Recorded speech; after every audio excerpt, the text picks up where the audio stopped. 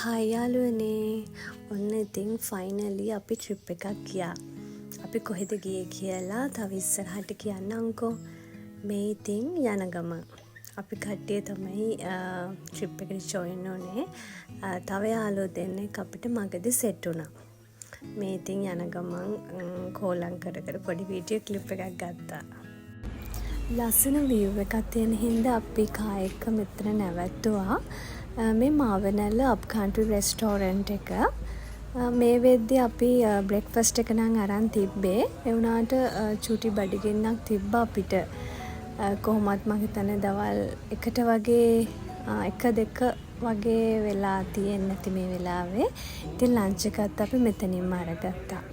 බලන්නකෝ මේ view එක කොච්චර ලස්සනද කියලා. හරිම calm vibe එකක් දැනෙන්නේ.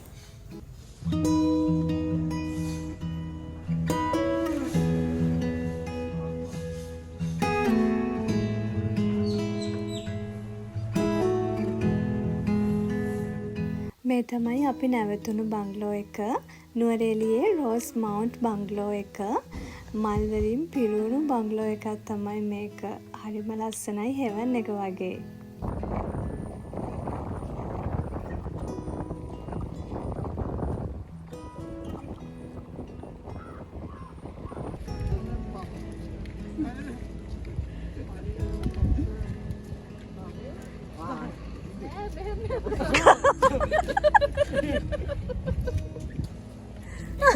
මේ දෙන්න පොඩි ෆන් එකක් ගත්තේ. මේ අම්බේවල ෆාම් එක අපි ඒක බලලා මේ යන ගමන් තමයි මේ ඉන්නේ. එදා දවසේ නම් චූටි වැස්සක් තිබ්බා. ලොකුවට තිබ්බේ නැහැ. අපි බලන එකට කිසිම බාධාවක් වුණේ නැහැ. මෙහි හරිම ලස්සනයි. අම්බේවල ෆාම් එක අපි බලලා ඉවර වෙලා අපි ගියා ස්ට්‍රෝබෙරි ෆාම් එකක් බලන්න. මම නම දාලා තියෙනවා ලොකේෂන් එක මොකක්ද කියලා. ඉතින් මෙහි ස්ට්‍රෝබෙරි විතරක් නෙමෙයි ගොඩාක් එළවලු ಜಾති මේ වගාබි මේ වවලා තිබ්බා. ඔය බ්‍රොකලි, සුකීනි, ලීක්ස් ගොඩක් දේවල්. අපි මෙතනින් මං හිතන්නේ රෝස්මෙරි පැලක් ගත්තද කොහෙද? රෝස්මෙරි තව මොනවාද මන් දන්නේ පැල වගේකුත් ගත්තා මෙතනින්. මොනමයි හිමෝලා. ශ්‍රී ලාංකේය හිමෝලා. ශ්‍රී ලාංකේය හිමෝලා. මේ අතන ලස්සන මේ මේ සුද්දා.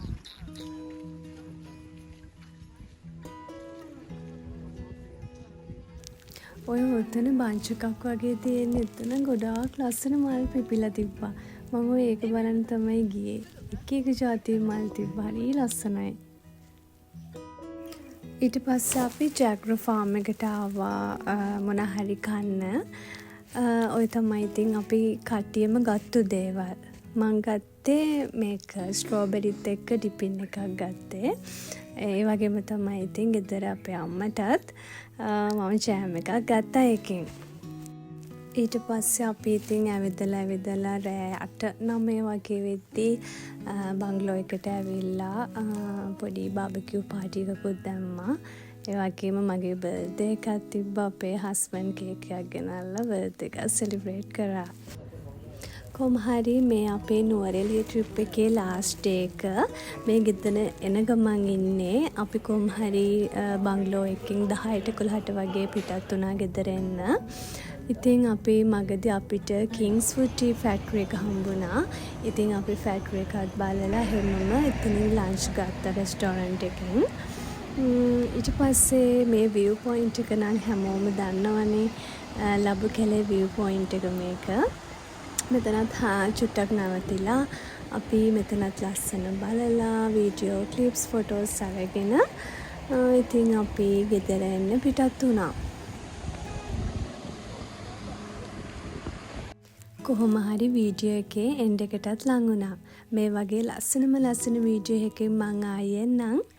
subscribe my channel lovelies. මං හැමෝටම ගොඩාරියක් ආදරෙයි. bye.